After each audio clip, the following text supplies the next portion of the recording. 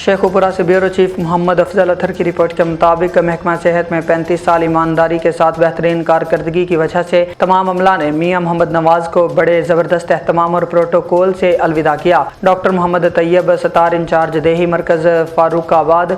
तफसीलात के मुताबिक देही मरकज़ सेहत फारूकाबाद के एक्सरे टेक्नीशियन मियां मोहम्मद नवाज बेहतरीन कारकर्दगी पर अपनी 35 साल महकमाना सर्विस मुकम्मल करके रिटायर्ड हो गए। देही मरकज़ सेहत के मुलाजिमीन और दीगर दोस्त अहबाब ने भरपूर अंदाज में अलविदाई तकरीब का एहतमाम किया। मियां मोहम्मद नवाज एक्सरे डिपार्टमेंट देही मरकज़ सेहत फारूकाबाद ने दौरान सर्विस अपनी मेहनत का लोहा मनवाया और बाइज्जत अपनी 35 साल महकमाना सर्विस पूरी करके महकमा सेहत से रिटायर्ड हो गए।